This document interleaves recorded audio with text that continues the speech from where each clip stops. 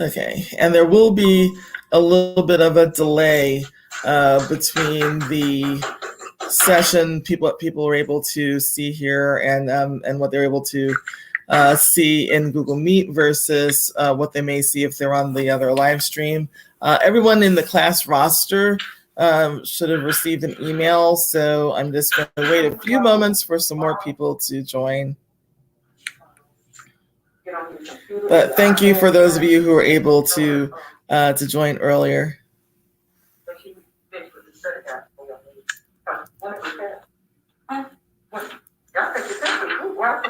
Okay. And Gwendolyn, just in case you are on another line, I'm just going to mute you right now. I think she might be on another line, but then be sure to unmute. So I'll make sure everyone's able to unmute. Okay, and I'm just going to wait one more moment here just to make sure everyone who intended to join will be able to join.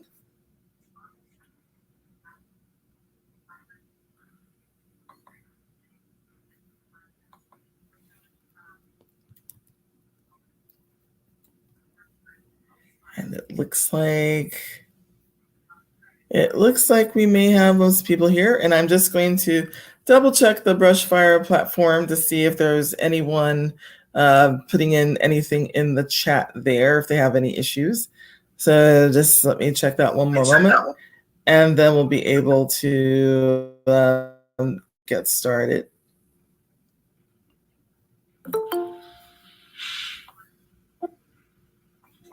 Okay. Hello. Okay, let's see. Going to make sure everyone is active here. And I'm just going into the panel to let people know that we're live here. And I'm going to just paste the meeting information also into the channel for anyone who's joining, because it looks like there may be 2 people also on the channel.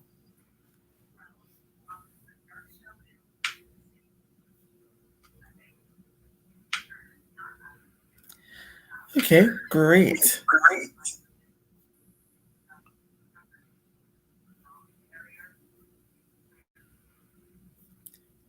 And let me know if there's an echo. If there is an echo, apologize for that. So now it looks like we may have everyone here. So I'm just going to get started now. So thanks a lot for those of you who were able to make it. I just want to start with a round of introductions. And so I will start. I'm Corey Peel, and I'm a customer engineer with Google Cloud, but I'm also a part of the convention, and I'm just really excited to be here today and to listen to you. So again, I'm going to be facilitating and sharing information, but I also am interested in learning a lot about some of your experiences and what you're doing in your church and in your ministry, and also personally. So as you introduce yourselves, feel free to mention anything specific if you have a question about something. And some of you have listed a few items you want me to cover. And so we'll definitely cover that. But if anything else comes to mind, if you didn't submit it in the form, please go ahead and do that. So I'm just going to call on you each by name as I see you here in the layout. Right now I have a tiled layout. And so I will start with Gail. I see you're on my top left here. My name is Gail Ragston. I'm a dean with Great Lakes District Congress in Flint, Michigan. And my interest in this class is humongous because I'm to teach a class in the fall for a CLS using Zoom, and I know absolutely nothing about it. Okay. Okay, great. And then, and so, yes, and I think I remember I saw that in your feedback as well. So we'll also address that. Yes, and we have Pastor Elliott. Yes, Reverend Roy B. Elliott Jr., pastor of Liberty Hill Baptist Church in Little Rock, Arkansas. I'm also the Dean of Union District Congress here in Little Rock. And my interest is the same thing also with the Zoom.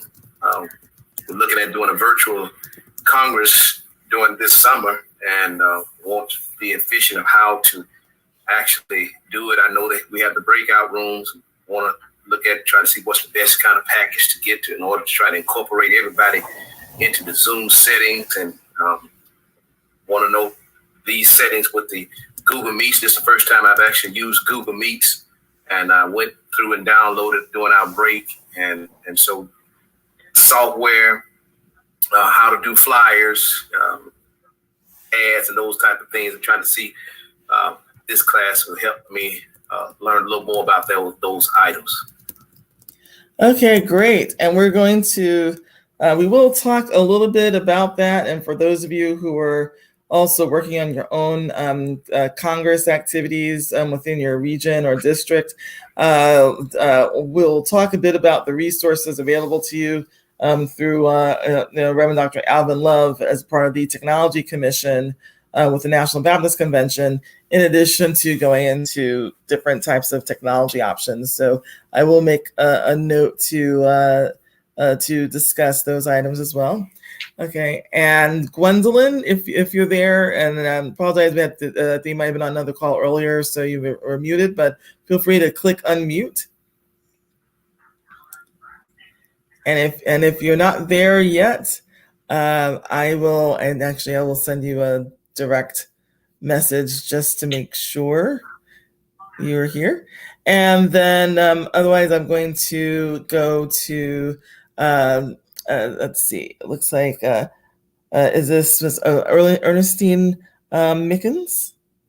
Yes, good afternoon, everyone. I'm a member of First Missionary Baptist Church, Summerville, South Carolina, and I'm serving as the newly appointed Technology Ministry Chairman. And I'm here to learn any and everything that I can that will help our ministry grow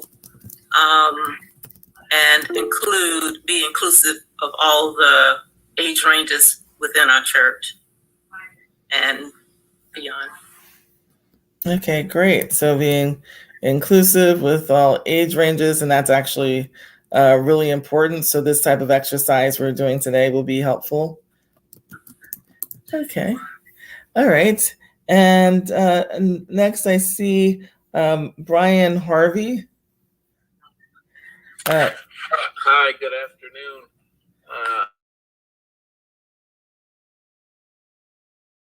And I am in Las Cruces, New Mexico.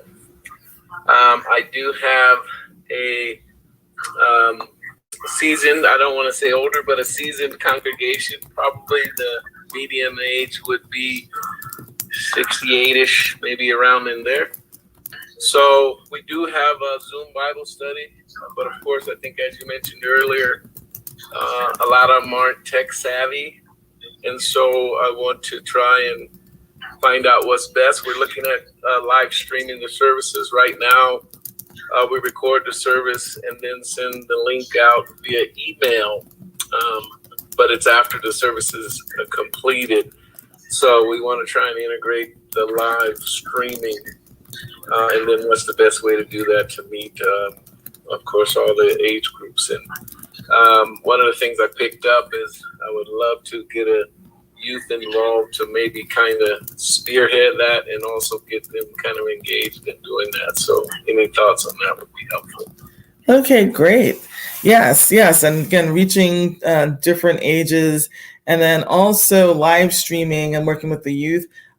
We will be covering some more about live streaming and some other topics, but I think today I'll spend some time before the design thinking exercise to discuss a bit more about live streaming options and just give you a little bit of a demonstration, including considerations for things like concerts and the songs choirs may sing. So those of you might have seen some of these news stories about police officers playing music from the Beatles, or someone else when they think someone is filming them, because on some platforms, certain copyrighted songs, if you don't have the right attribution, it removes your video. And that's the same thing that may happen if someone asserts a copyright on a song you may have in the background or certain gospel music in some platforms. So there's a way to address that by adding some of the license information for some of the things that may be sung or using a different type of platform. So there are a couple of other considerations when it comes to live streaming besides just understanding how to do it and then how to communicate it in real time. And I'll also talk a bit more about things you can do that are very cost effective, things you can do for free versus things that are they're a bit more expensive. And I think some people may have left and rejoined, so this might have reorganized just a little bit. So I think I may, and so my order is just a little bit off just what I was going to call on. So I'm just going to make sure I call on someone who hasn't spoken yet. And I believe, let's see, Shannon Nicholberry. Good evening. My name is Cheyenne. I'm from Detroit, Michigan, and I go to Tabernacle Missionary Baptist Church. I'm here with Reverend Deborah Carter, and we are here for tech support. Okay. Oh, great. Oh, so you are also assisting tech support. And again, so you're here, on that side. Okay, great. That's good. Okay, and also, and I see D. Carter. I believe that's Deborah Carter. But please, you may unmute and introduce yourself as well. Hi, I'm Reverend Deborah Carter from Tabernacle Missionary Baptist Church in Detroit, and I'm here with Cheyenne Nicholberry as part of the tech support. Okay, thanks a lot. Great, and I see Karen Jones here. Karen Jakes. Oh, apologize, Karen Jakes. Yes. That is just fine. My name is Karen Jakes. I'm from First African Baptist Church in Columbus, Georgia. I am the choir director, and currently we are live streaming on Facebook. We also do a replay of our services on the YouTube channel. We have pre-recorded and done live. And what I basically would love to get out of this is when we do have an elderly part of our congregation that we would like to reach and bring on board to the Zoom platform is what we chose. I am familiar with Zoom, WebEx, Global Meet, Zoom probably more than the other two, and just understand what is out there for the most efficient and interactive type of streaming platform or presentation platform that we can have for our church. It is also something that once we are able to go back into the church, because we have not officially gone back into or done a re-entry for our church, once we do that, how we can better serve in a hybrid mode where it is live in person as well as virtual.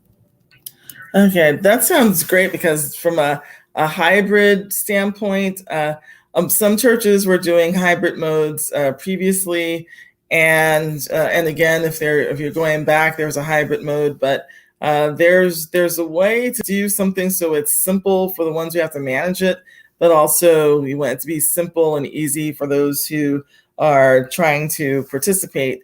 And so one thing I will show today, I may just reorder our agendas a little bit. So before we go into design thinking, I'll show you a tool that I'm using.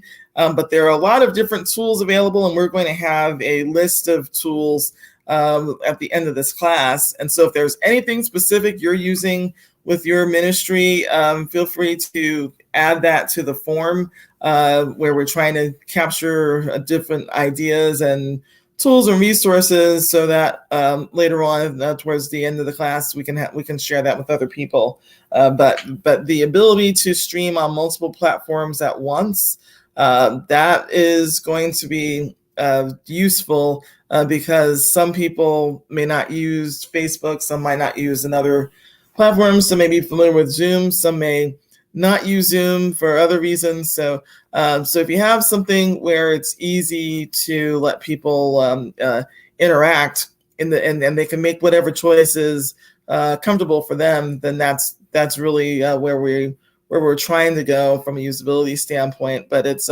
great points you brought up. Okay, and let me just make sure I see everyone. I believe I see everyone here. I'm just going to do one more check on the platform to see if anyone else is there. Okay, great. So before we get into design thinking, there were just a couple of themes mentioned by everyone here. And so besides using Zoom or other types of meeting systems, how to use breakout sessions, and if you're doing like Christian education events or Congress, for your district or your region, well, what are some of the useful tools? And then also how to handle live streaming. So first, I'm just going to talk a little bit about tools before I go into a presentation. Oh, and I see a chat. Oh, yes. So the class will be recorded. So it's currently streaming and is being recorded on the platform, on the Brushfire platform. There is a feature to record the meeting directly here in this environment, but actually, one thing I'm going to ask you, with your permission, we can also live stream everyone here. Right now, the people on the platform are going to see a slide and they may hear our discussion. But if everyone's okay with this being recorded, then we can also share the view that you have here of this meet. We can share that on the other platform as well, from a recording standpoint. But yes, and all of the sessions during the day will be recorded. So I did a live stream. Most sessions are actually pre-recorded, but then there's chat live. So they have 3 different modes within the Brushfire platform. One mode is just live, and so it's pre-scheduled, and when it's time to go live, you go live, and Brushfire will pull the live stream wherever you're using your tools. So I'm using YouTube, but if you're using Vimeo, or if you're using Facebook, or if you're using a custom environment, all of those are supported by Brushfire. So people who are viewing on Brushfire would have a common view. I did connect with the team about the differences in view people may have had earlier today, and so we'll take a look at that and see if we can reproduce that a little bit later on. But right now, anyone who's on the Brushfire platform should still see this, and it's being recorded there, so it'll be an automatic on-demand replay at the end of this session. But thanks for the question. Okay, and so when we're thinking about different types of tools, I'm actually going to share my my screen inside of this meeting, in addition to what I'm sharing elsewhere. So, and again, if you're not as familiar with the way we do things with Google Meet, on the right-hand side of the bottom, right, there are 3 little buttons, and so you can change the layout. So you can have it tiled right now, so you can see people right now, up to 49 people. But you can also spotlight, where you just see the slide, or auto, where it'll switch between the slide and the people who are there. So for the purposes of this meeting, you're going to see some things on my screen, but you will be able to also change the view you have on yours as well. So I'm just going to go back to, I'm going to go to Spotlight for now. And then I'm going to share with you the presentation. This presentation is also on StreamYard. I'm going to go back to one of the areas around live streaming. I just listed a few options earlier, and let's do this. And so when we're looking at different communication channels and technologies, and then I'll talk about some of the specifics later on, but the communication channels you should support, so this is to support people of all ages, besides in person, having a telephone call. So the ability to have someone dial in and listen to the meeting or to the session. This is a feature available with with the common meeting platforms. So with Google Meet, a meeting is automatically generated when I create a calendar invitation. So when I have the meeting there, it also automatically generates a phone number to call for a teleconference. And then when we start doing some case studies, I'll mention one of them now. There's Pastor Chris Erskine has the movement, and so this is something he's been doing for several years now. But in the morning, there's a conference call, but he also simulcasts through multiple channels on social media. And so there'll be a prayer, and there's a scripture, and he does just a brief message. But that's something that he was doing on a regular basis. And so they may have different themes to different weeks or certain series, or they may have certain things that were happening maybe from a fasting standpoint. But the idea is that he has a group of people who typically join the conference call who are and so a lot of them aren't using smartphones. Some of them, he actually has it scheduled so they join a little bit earlier before the live broadcast on the conference call, so they can have some discussion and fellowship amongst themselves before they go on mute to hear the message from him.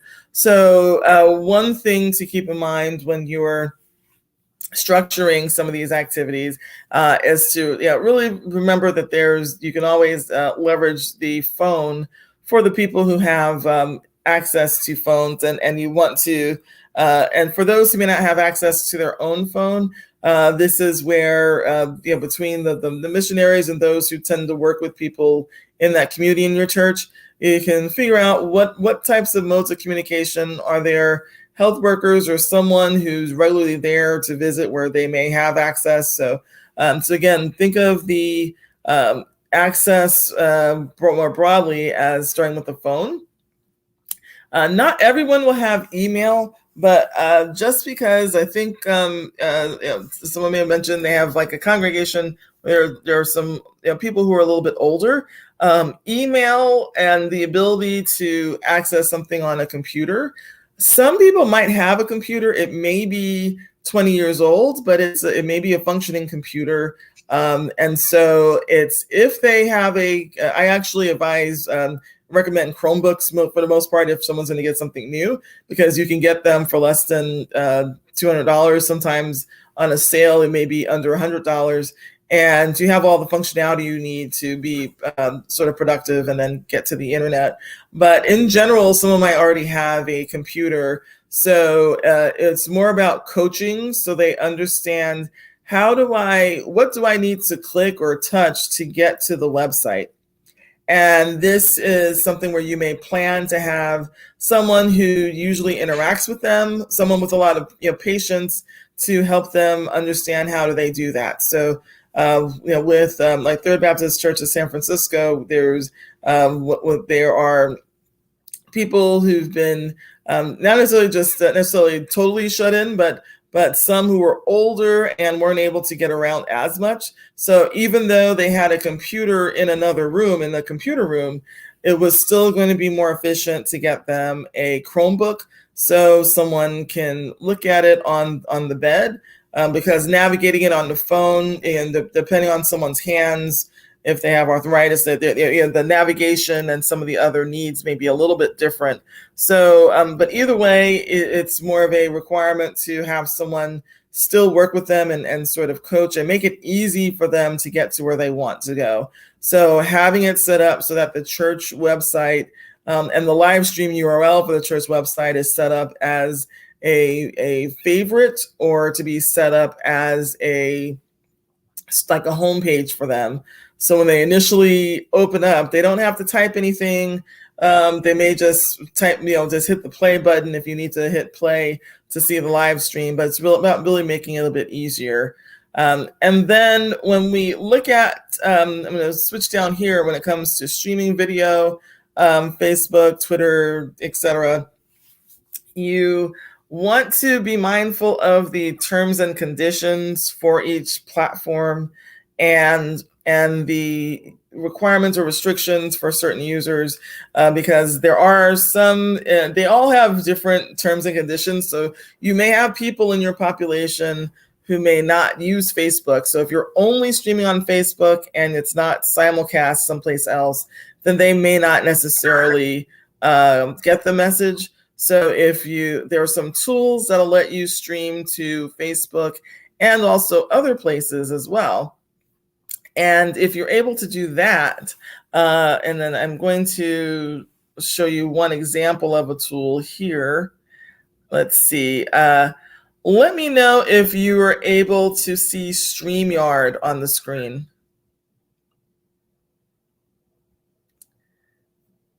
Let's see.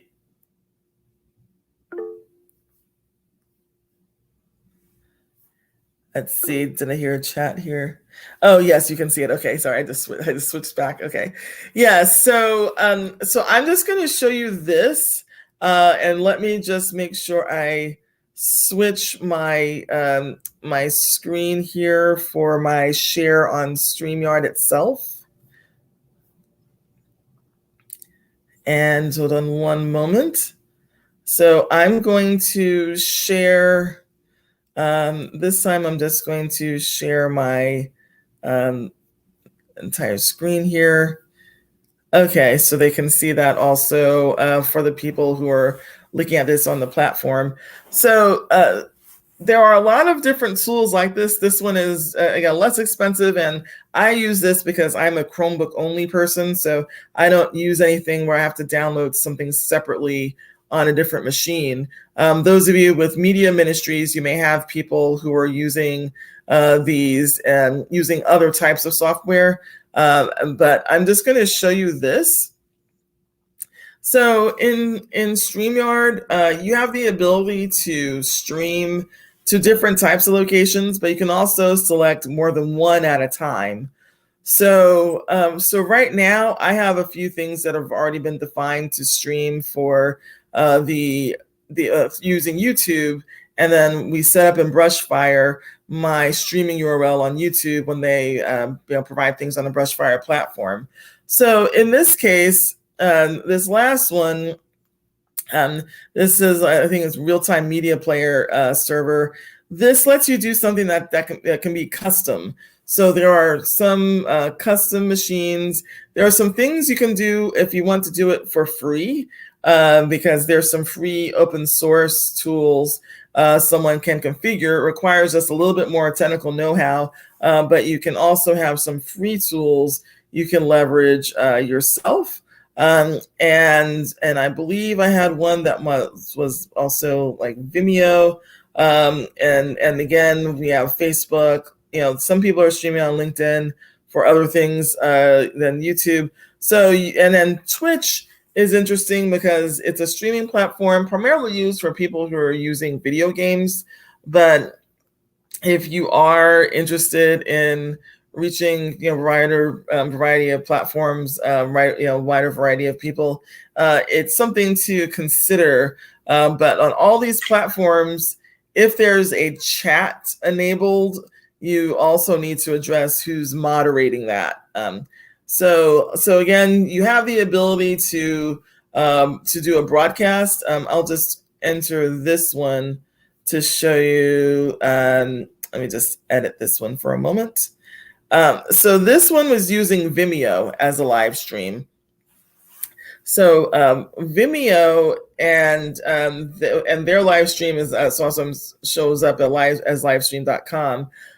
They're useful because with Vimeo you don't have some of the automated copyright considerations for music. So if you are doing a concert or anything where you think a gospel artist or someone may potentially want to claim an assert copyright, which happens more often than you may think, unfortunately. But again, this is something you can leverage. But also there are tools and resources available for you to get a license for use. So that way you can add that license for use to your YouTube or Facebook or the description part of whatever you're live streaming if it's not a private solution. So that way it won't be automatically removed.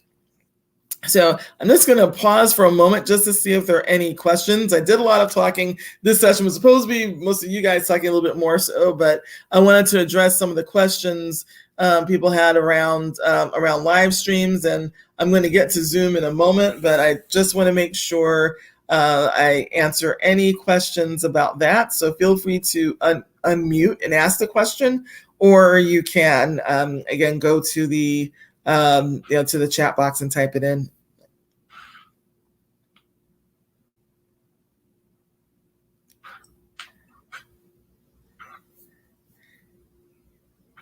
And let me just go here.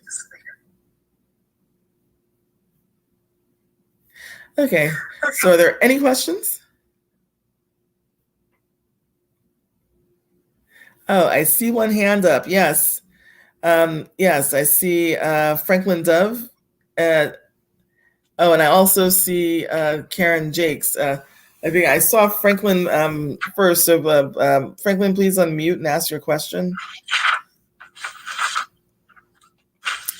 And if you clicked raise hand by accident, you can click it again to lower the hand. So there's one more time for Franklin if you want to unmute.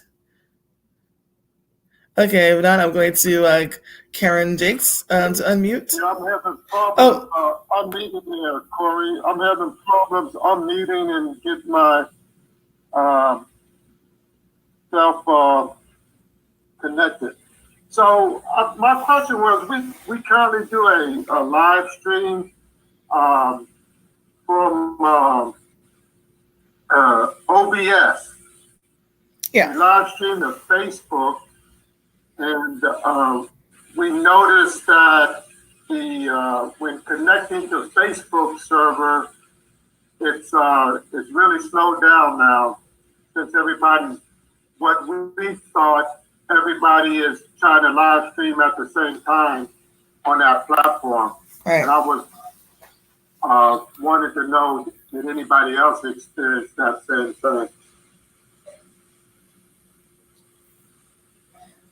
Yes. Yes. So is anybody else doing live stream with OBS? And again, OBS, excuse me, that's one of the open source tools available for live streaming, and it's actually a fairly high quality tool as well. So just want to see if anyone else has experienced that. And I'll just make a general statement, because I haven't personally worked with like Facebook live streams, but depending on where your OBS software is hosted, I'm not sure if it's an issue on the Facebook side, or if there's maybe a network connectivity issue in terms of the amount of bandwidth used to stream when you're streaming, uploading from your OBS environment into Facebook. So first I would take a look at the bandwidth you have when you're connecting into Facebook, and if your bandwidth is I guess like the maximum you see. And actually, do you know where your OBS server is hosted?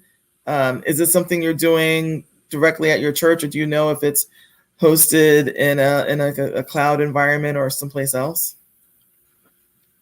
It's a download onto our laptop. Okay. We use a laptop, so it's a download. We're using that, and we did upgrade our connection to a high speed throughput or uplink and experience a little bit, but as we got later, we're coming streaming from Arizona, so it's like we're 2 hours behind, the East Coast. So when we get into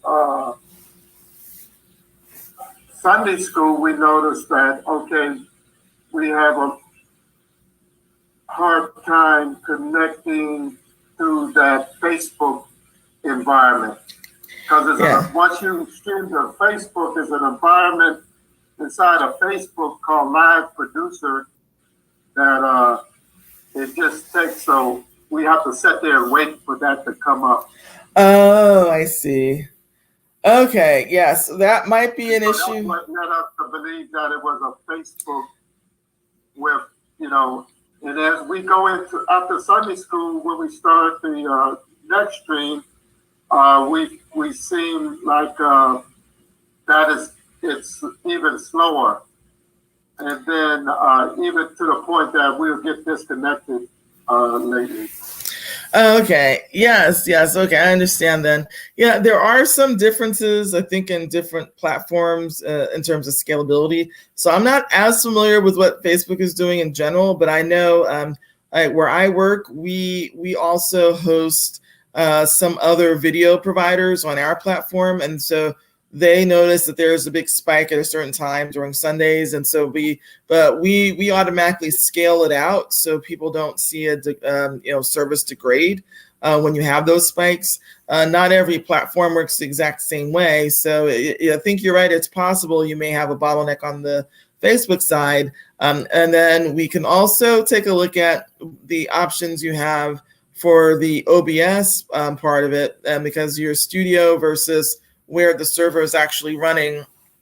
And this might be something, I'll see if I can get something set up before, I guess maybe one of the upcoming weeks. I don't have this available to demonstrate now, but in the Google Cloud environment, there's a way you can have a server running with your OBS studio. And so you can remotely get into that server to do what you're doing today on your laptop. But because it's in an environment where it already has really high bandwidth and high performance, you're able to have better connections to things across the internet. So anything that might be like a bandwidth or performance limitation outside of the Facebook side, it might be something you may be able to address. So I can see if I can find a demo for that to show you. Maybe it won't be this week, but maybe during one of the upcoming weeks. And then if you can, submit in the form. I'm just going to put this in the chat again. This is just a longer, let me just get the short URL, actually. Shorten the URL. And I'm just going to put this in the chat so you can take a look at this and submit a form and let me know the things you mentioned here around the bandwidth issues for where you're connecting into Facebook, and that you're using OBS, and I'll see if I can follow up on that in a future session, because the bandwidth might be in a couple different areas, but just in general, it is true. People do see, the ones who are supporting these types of platforms, they do see spikes on Sundays, and so we can see if we can mitigate that. But I can't answer it from the Facebook side right now, unfortunately. Okay, thank you. Okay, all right. And then the other question we had was Karen Jakes, and then there was a comment in the chat from Pastor Elliott. So yes, Karen Jakes, please. Yes. Yes. I just had a question. we've done in fact, on 2 Sundays ago,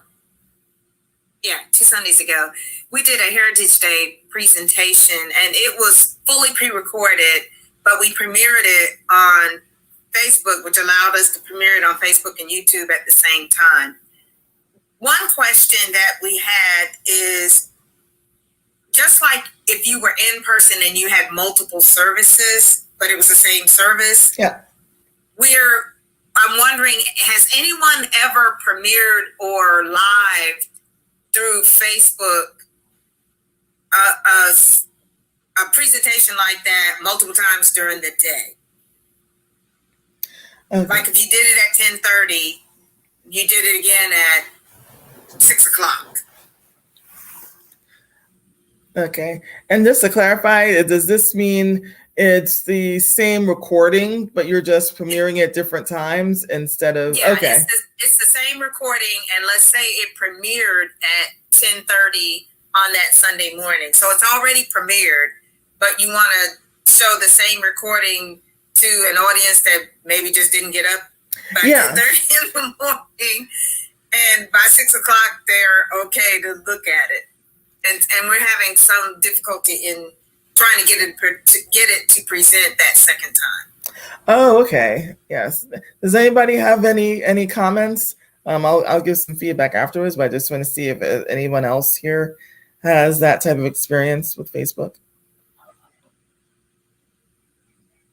I think we were also going to schedule the Facebook Live to go out. There's a feature to do that. I don't know if we have done that yet, but we were going to do the same thing. So the pastor said that there was a feature on Facebook to reschedule that broadcast at a different time. But I don't really have any feedback from that. Okay. Okay. Yes. And then anyone else? Okay. Yeah. If not, then I'll address this not from the Facebook specific piece because I'm not on the Facebook side. I know we have some people here from tech support. If you guys are using Facebook, feel free to jump in as well. But in general, if you're using some tools to manage your broadcast, and if you're scheduling out, let me just show, like for this one, if I'm going to schedule and I schedule for later, I have the ability to schedule the broadcast for later, but then I also can decide I'm going to save download the video from that broadcast and then upload that and use it as another stream. Brushfire makes this relatively easy. Actually, I'm going to. Oh, actually, I might not have permission to do this right now. So, hold on one moment. Let me just double check if I can do. Let's see. Brushfire help. One moment. So in Brushfire, they have something that they call Simulated Live. And let's do this. So for Simulated Live broadcasts, and this is also similar to what we are they're doing for some of the courses with DigiVersity, is that you're able to use a pre-recorded video, but then schedule to play it at a specific time, the same as if it had been live streamed. So the concept of it being like rebroadcast, I think some of the things, and again, on the Facebook side, I'm not sure if there are differences in terminology between, when you have a premiere and then you want it to be premiered again versus something where it's just a replay. But by using Simulated Live, you're able to take something that was already recorded and then play it again at a specific time. So in this case, if you're using the exact same recording and you have maybe 3 services, if you were using this platform, you would be able to just schedule those different services during that time. And again, because of the way this platform works, it doesn't matter necessarily on the back end if you have a like a video from like your OBS system, a custom environment, or if it's if you streamed it originally on Facebook or on YouTube, you have the ability to just point to whatever URL where you have your you have this access, and then it'll simulate live. So this is one reason why they have this little screen here, but you have this. Well, this doesn't show you exactly. There's a I don't have right now. I believe there was a church in Brooklyn where they were using. They have multiple services, and they were using, I believe, Brushfire in that type of manner where it looks a little bit better. So I'm going to make a note to add maybe another case study or an example to show you how that works on their side. On the Facebook side, or Facebook specifically, I wouldn't be able to answer that right now. But I also think please add the same question to the form so I can make sure I have a follow-up. So that same ideas form, that other link, yeah, definitely include that in the form, so then we can follow up more specifically. And I can see if I can connect with someone on the Facebook side to do a bit more, give more demonstrations, and I hope that helps. Actually, it does. Replay and simulated live. All of that is familiar to me. So okay, yes. These are all they're all like some different things. So it's just a matter of figure out what's happening on the platform.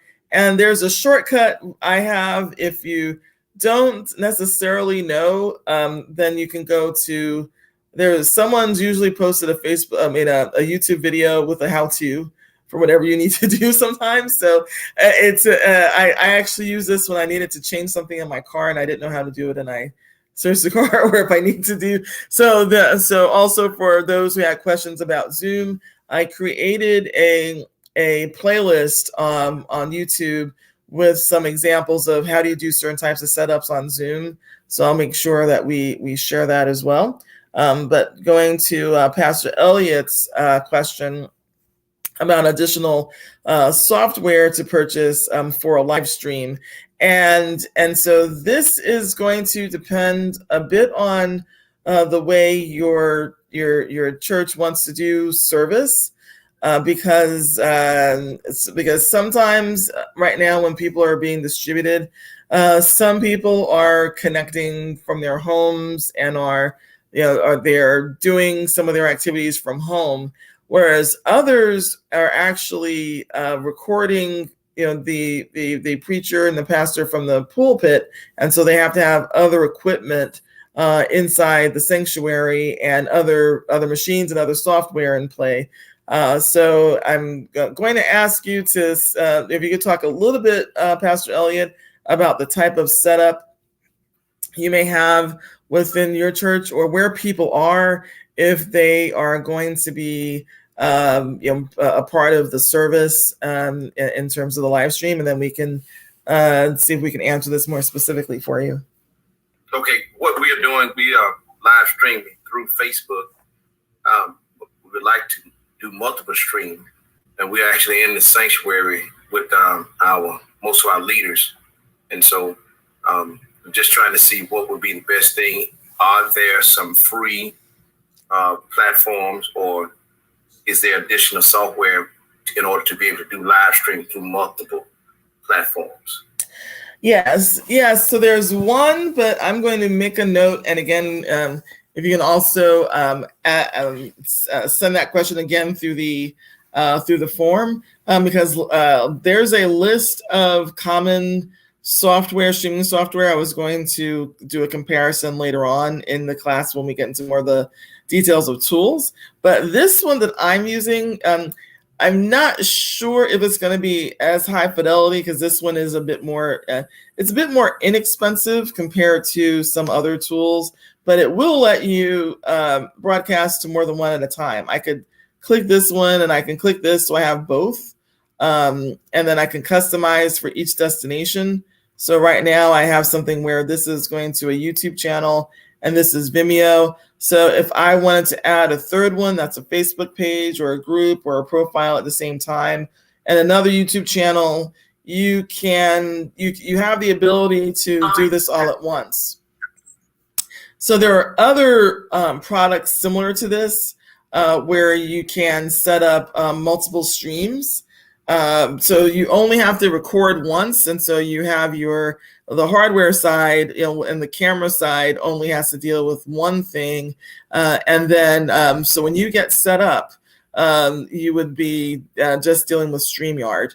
So what I was doing earlier today, even though we have the Brushfire platform and YouTube, what I actually set up and what I was using was just going live inside the StreamYard environment. And so this was automatically pushing things to YouTube, and Brushfire was automatically picking up what was in YouTube. So I would say at least StreamYard is one it's relatively inexpensive. I think it was a couple $100 a year, but there's a free version of it that's a bit basic, but you end up with a StreamYard logo on it, and I don't think you'd want that. So in that case, it may not be, you may not necessarily want the free one. We do have also with the OBS software, it's just a matter of some of the free open source software. You have the ability to configure some of those to support multiple streams as well, but it may be a little bit more complicated technically. But if you have, again, depending on the background of the people on your technology team, they may be able to leverage that. But StreamYard, I would say you don't have to be that technical for this. And again, there are a lot of other tools within Google. There's also the ability to live stream if it's something with your church, but I didn't. Just within your organization, but the ones where you want to have a public stream, you can use something like StreamYard, and I'll see if I can get another list of a few others. But this one, if you just look at it after you get an account, all I do is just add my destination. So if I have a particular YouTube channel, or this one is custom, if you don't see your option, then it's custom. So in the most complicated manner, if you were using like an OBS system or something that's custom, that system will tell you what to put into this input, and that's what you'd configure.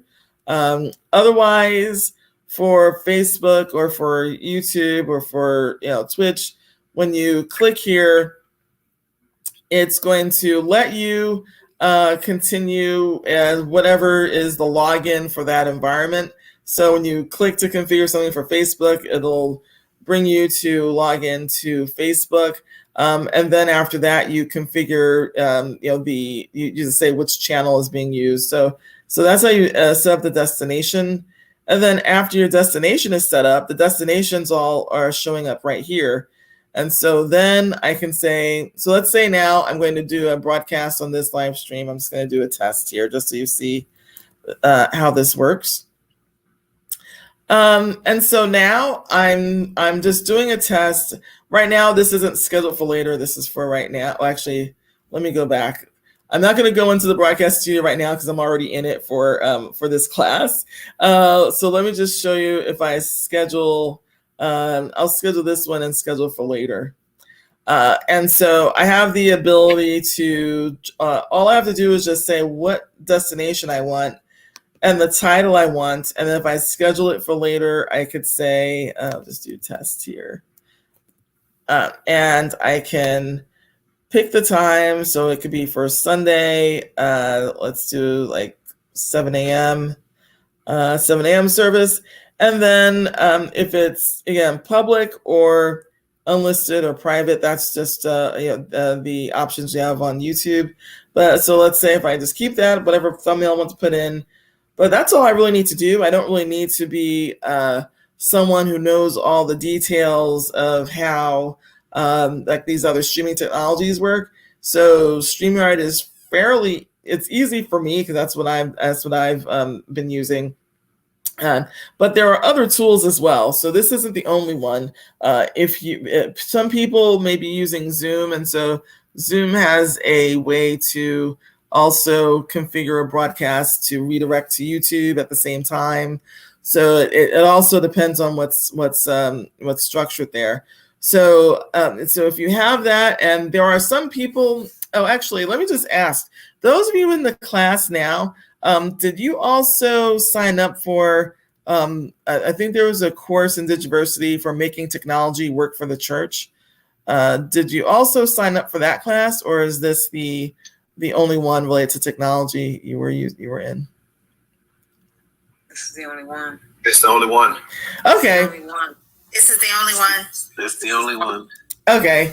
Yes. Because like the syllabus for some of the others, they may, and I think that one might have some other examples as well. So this is the only one. Then I'll make sure I get you some more examples in this class, so we can talk a bit more about the options for streaming, and also I may see if I can get a special guest, because we do have some people in the convention with a lot of experience, with some of these other ministries, and also anyone else here, speaking. If you have background in some of these other areas, please speak. Again, I'm a more on the infrastructure side, working at Google. I'm not doing some of the I would say the AV parts of it.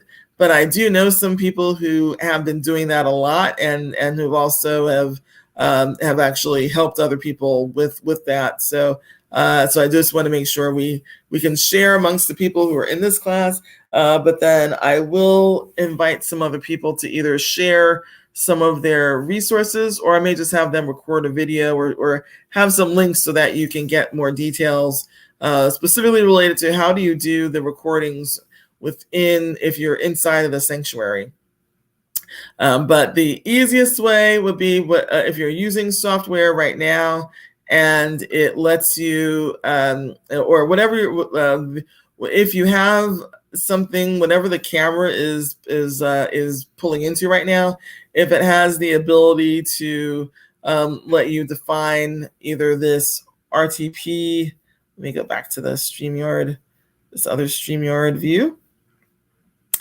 If it lets you define, this type of system, so again, you may be able to you may have this custom system, and some Vimeo, livestream.com, etc. You may be able to have some integrations into StreamYard. But then you can also add Facebook and add some other things, and then you just have one. You only need one place to go, so that way you only go into the broadcast studio StreamYard, which I'll show you here. This is where I am right now, where I've just put in my audio, and then I'm sharing a screen, and so we also have some things around branding. So we have like the logos and other things that are in place, and again, some of the other banners. So again, if I do this, you'll be able to see what's there. So there are a lot of other types of tools in place besides StreamYard. I'm just using this because it's open now and it's easy for me to share. And I see another question here in the chat. Does anyone have any in-depth experience or knowledge presenting Simulate Live once the premiere has ended on the same day? I was just typing that in the chat so I wouldn't forget what I asked. Oh, okay, sure, yeah, and please also put it into the other form as well. Yeah, yes, and so and so Brushfire, I will put this in. Even though Brushfire is highly customizable, so whatever requirements you give them, that's what gets configured.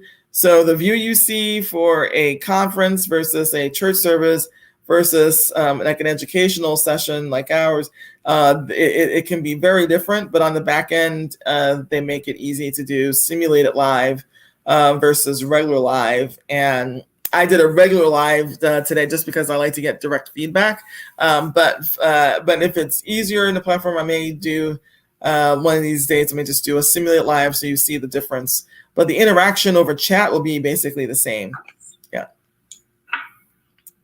Okay, and I want to see if there are any other questions. I just need to address the Zoom piece, and then we can talk a bit about the design thinking exercise. Some of it may be a little homework, and then we can reconvene later on. So I just want to thank you for your time here. But do you have any other questions?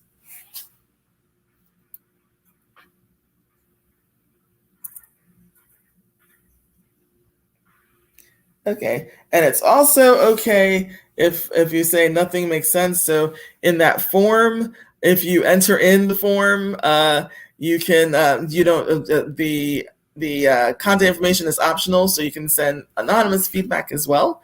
So if there's anything you want to ask and want to make sure we address, if you aren't asking it directly here, that's also available, which is also something that we like to make available in terms of people providing feedback in general. If you have different sessions, so people may be able to do chat, but some may want to submit a prayer request through a confidential form, so only the pastor or certain ministry leads will actually see the information. So again, you have different ways of managing that. So that's why it's not capturing like content information by default, because we want to just be sensitive around how information is managed. And we will be talking later on in the month about privacy and security and how important that is. Still reading through some of these terms you're accepting on certain platforms, because some platforms tell you they're going to take your information and sell it. So you need to read that so you know that they're doing that. Other platforms will never sell and never use your information in that way. So just be aware, if you're using something, some things that are free are designed to be free because it's supported by a grant and they're not taking anything from you to make it free. Other things may be free because, again, you may be calling in using their conference number, but then all of a sudden people start to get a lot of calls asking to renew a car warranty or something because they've sold like the content information on the mailing list. So we will be discussing a bit more about safety and security and privacy, and then also what type of policies you want to have in place for social media and for people who are communicating on behalf of the church, and also for the individuals themselves to really protect themselves on the platform and to protect the church on the platform as well.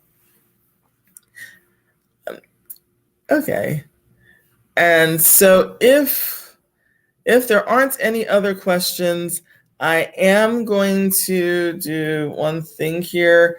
I'm going to share with you, let's see if this will go. I think my connection's a little slow here.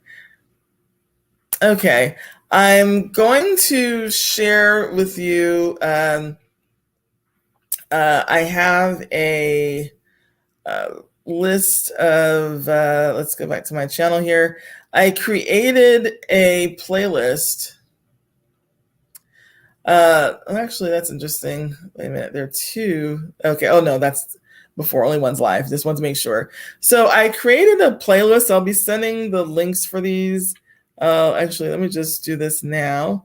I'm going to paste this here in the chat for people who are interested in understanding a bit more about Zoom.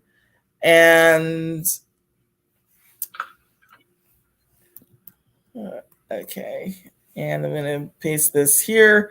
So when it comes to Zoom, there are a couple of things that I consider to be sometimes tricky for people.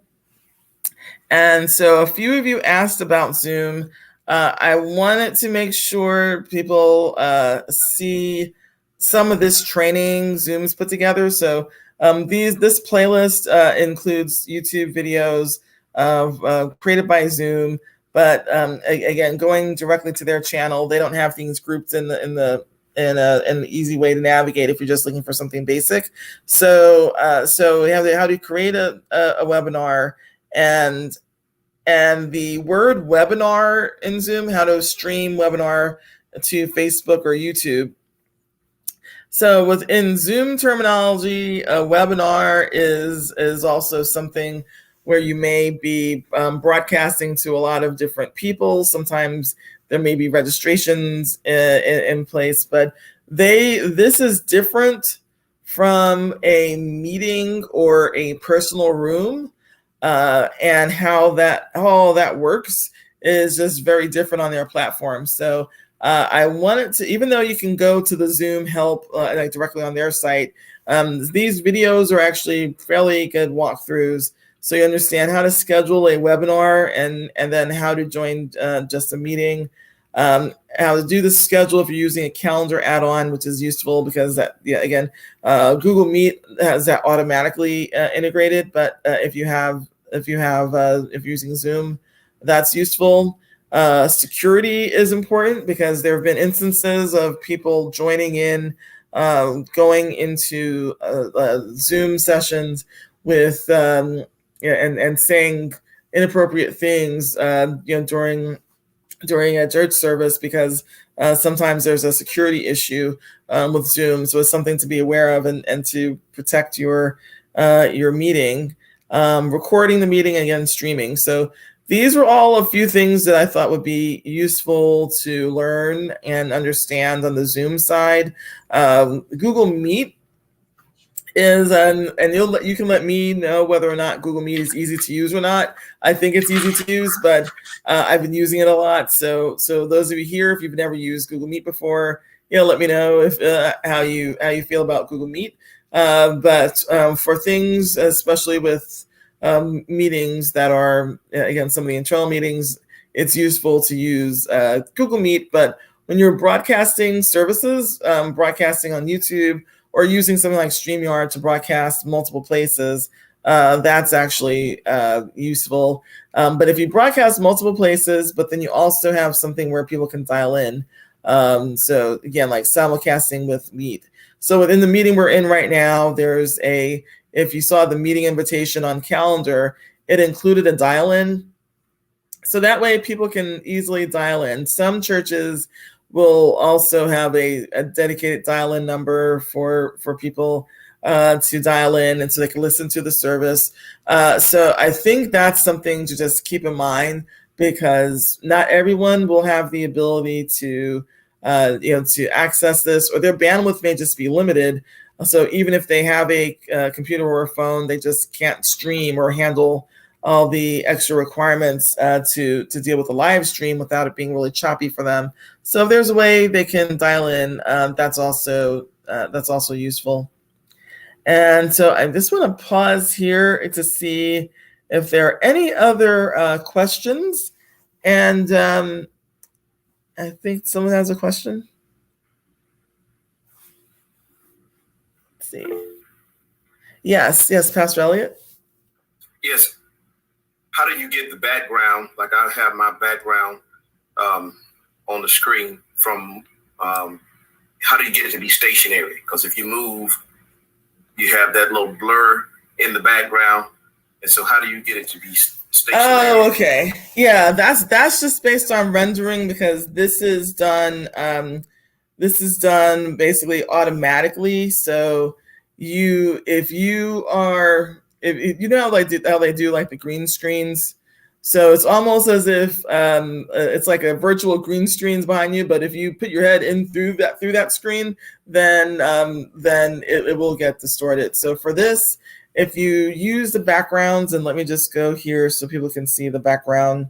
Oops, I clicked the wrong thing. Let me go back. If we go here, if you change background, right now, I'm not displaying. So yes, you're using this background. So you can select these backgrounds, or you can use your own. There's also a way you could just blur your background so you don't have one of these selected, and so that way it's not necessarily as distorted if you want to try just a blur. But within these backgrounds, it's not fixed because it's not physically behind you. So there's just an algorithm that's just kind of guessing where you are right now. But if you move around a lot, but if you stay where you are briefly, then it'll actually figure out that you've moved to a different spot, and then it'll fill in again. So unfortunately, it's not going to be just static if you move.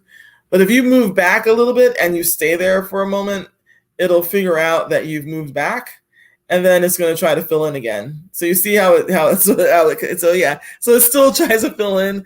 So that's just how some of the machine learning works in the platform. Yeah.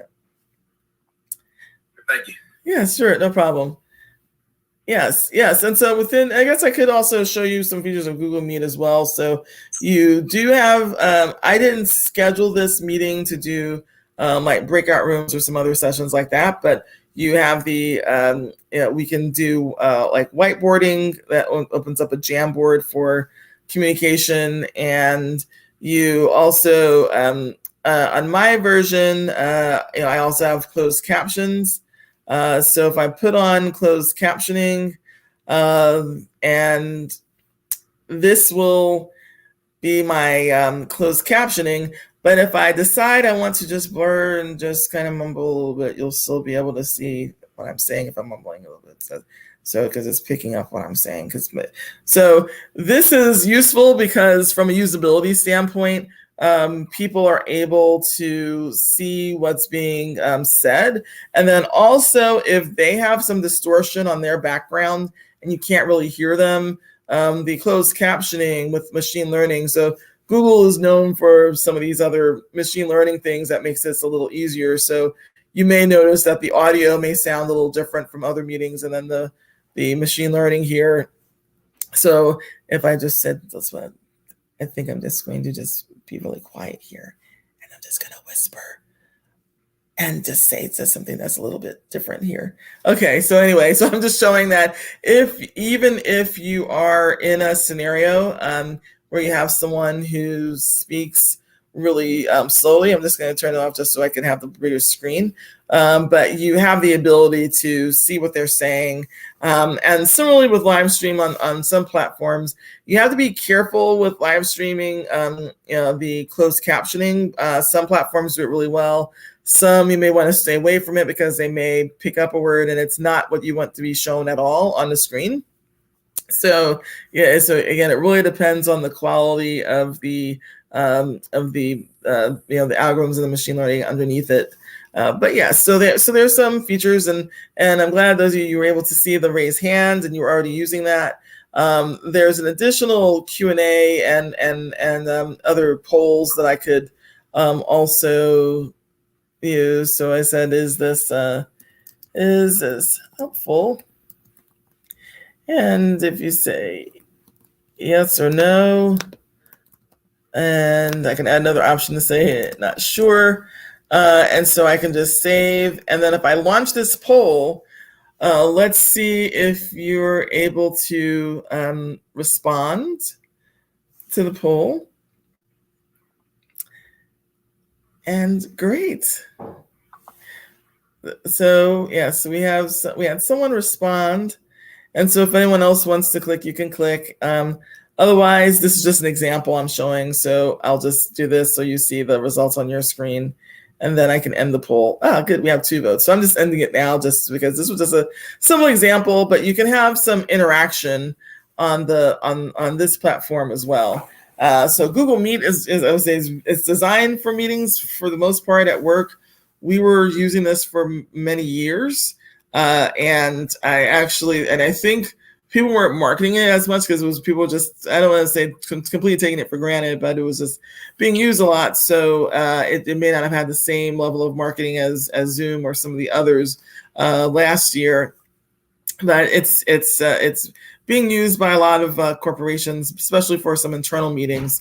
So within your church, if you sign up for Google for Nonprofits, you'll be able to get free access to you would have things set up within your own domain. So whatever domain you have for your church website, that's the domain you would be able to use for the email addresses and for all the other things within the platform. So anyone with and set up within your domain, you'd be able to easily meet and use your calendar invitation to just then it will automatically have the Google Meeting included with the way to dial in, and it'll generate a unique dial in and a unique meeting code each time. So you don't have to worry about someone listening in on a trustee discussion when they shouldn't have been, because everyone's using the same same dial in for everything. So this way you have some extra security for some of it. So I just wanted to just mention that. So we're using Meet. And good, we have someone else is joining as well. And hi, since you just joined, do you mind introducing yourself and then also share a little bit about any specific questions you may have? I think you may have submitted some questions earlier as well, but yes, we'll be glad you're able to make it. And you made it literally a minute right after your other meeting was done. So thanks a lot for joining. But if you can introduce yourself to everyone and just share a little bit about yourself and what you want to get out of this. Hello, my name is Latifah Walker. I am from Calvary Baptist Church in Chicago, Illinois. My pastor is the Reverend Dr. James R. Flint Jr. I'm currently a member of our technology team. Right now, primarily, we are using Zoom for our Sunday school and also our leadership schools that we do. Also, we just recently did our church's anniversary through StreamYard. My purpose here is to learn more about what is available as far as technology to help our church proceed further. Thank you. Okay, great. Yes, and thank you for your feedback. And interestingly enough, I was using StreamYard here, so it would be good to get some of your feedback on StreamYard. And also, we did have a few people with some questions related to Facebook. I'll just repeat those just in case you're able to address that. Yes. Yes. And so actually, for those who have those questions, if you want, feel free to ask those directly now.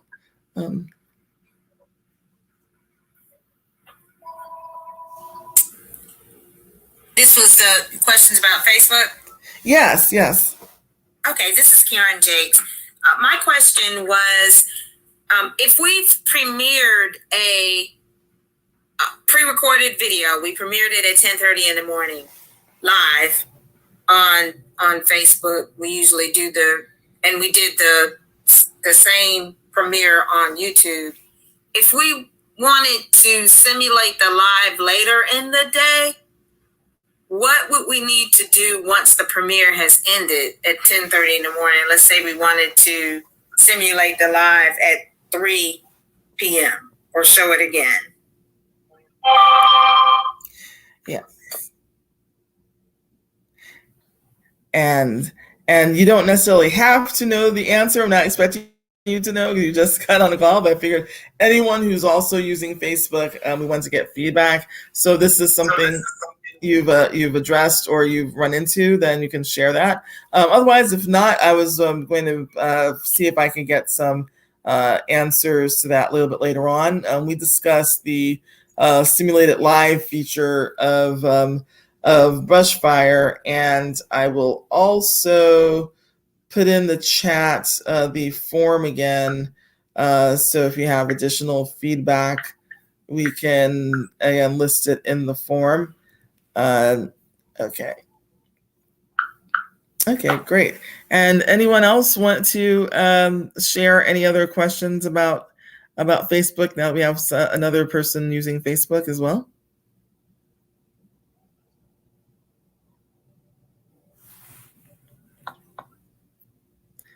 Okay, great. All right, so for this, and then so for Latifah, I know that you were joining, and I appreciate you for joining. after you had some other obligations. And also within this session, we were discussing some of the questions people had, and so we didn't do the design thinking exercise in detail here, but I think it may have been useful to get on the table some of the other things people would need to discuss. And so what I'll do is during the next time we can have a discussion group session, I will, and again, put in feedback in the forum if another time is better for you, like if it's doing this like an hour later is better for you, then let me know.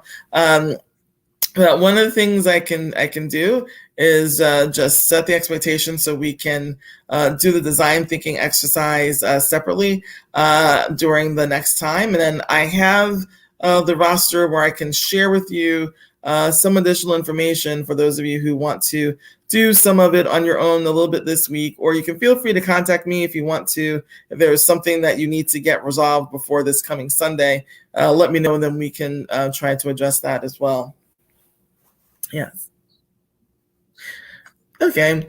But one general statement I'll make is that the information about those in particular who are planning for events for your district and also for other Congress events, I think you would be able to contact, I'm going to put this here and also in the other platform, contact Reverend Dr. Alvin Love, who's the head of our Technology Commission.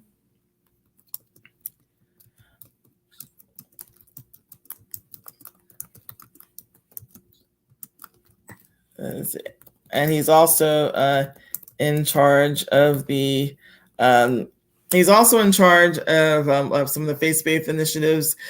He will be able to assist, especially with those who are planning out Congress activities or others within your districts and other associations, because we have several who have leveraged and customized brush fire for their purposes with support and assistance from the Technology Commission. So I think that's one resource you definitely want to have, because certain things that have come up and some of the challenges others have experienced, you'll be able to get the benefit of people who've gone through that in the past, and you can have a consistent platform. Again, it may end up looking very different than what it looks like here, what we're using in National. I've seen a couple of the sites for some of the others, and again, it may look different, but it meets the requirements, and it helps you stream to multiple locations at once.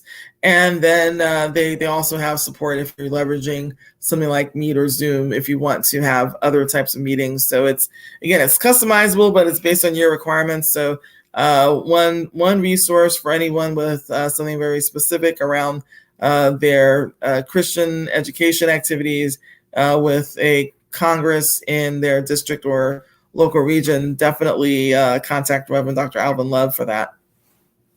And we're going to go over some other tools and resources if you want to do things on your own. But I think by leveraging that resource, you'll get some additional support as you go through the practical aspects of it as well. Yes. Okay. And then also I want to recap one other thing. Let me just go here to our other links, and I think the time I've scheduled, I believe, will be up shortly here. So I do want to just be respectful of time because I scheduled this to end in the calendar invitation or around now, but I also want to make sure I address any other questions. And then I just want to do a brief recap of some of the feedback we received and some of the items for follow-up. So before I do that, I want to see, are there any other questions? And then also, and also anyone who wants to stay on after I'm going to end the broadcast with the current broadcast, but if anyone wants to stay on afterwards to work through some other questions or topics, feel free to stay inside the meeting. I'm going to be around, but I just want to make sure I wrap up for anyone who's viewing this on the just on the Brushfire platform if they didn't join the meeting. So before I wrap that part up, do you have any other questions or clarifications or a request for something I should provide before the next class session?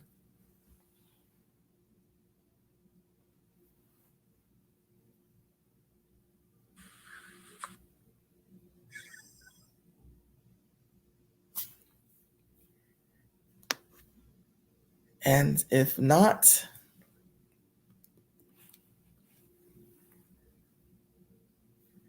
okay. And then we also have, let me just make sure I'm going to stop presenting here. I just want to make sure I see the full screen to make sure I see everyone who's currently here now. Okay. Yes. And so right now I'm just going to do a brief recap.